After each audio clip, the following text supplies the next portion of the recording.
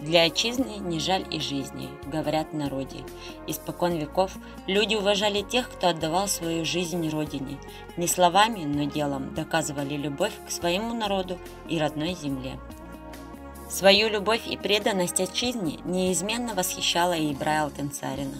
В своих стихах он призывал молодежь трудиться на благо Родины, постигать науки и становиться великими мастерами.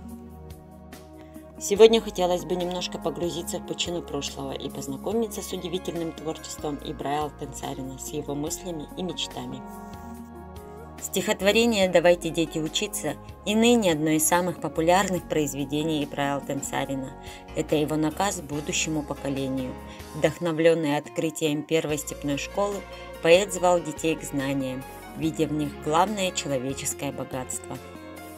В своих поэтических произведениях Ибрай Алтынсарин показал себя замечательным художником родной природы.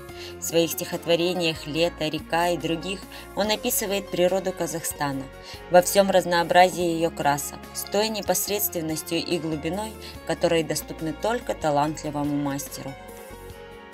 Кроме стихотворений, наиболее известными стали написанные Алтынсарином басни «Клочок ваты», «Кривое дерево», «Садовые деревья», «Чистый родник», «Глупый друг». Призывая людей избегать тунеядства и безделия, Ибрай Алтынсарин в своих рассказах показывает, что безделье унижает человеческое достоинство. Сегодня народ Казахстана помнит огромный вклад, который сделал Ибрай Алтынсарин, и чтит память выдающегося просветителя.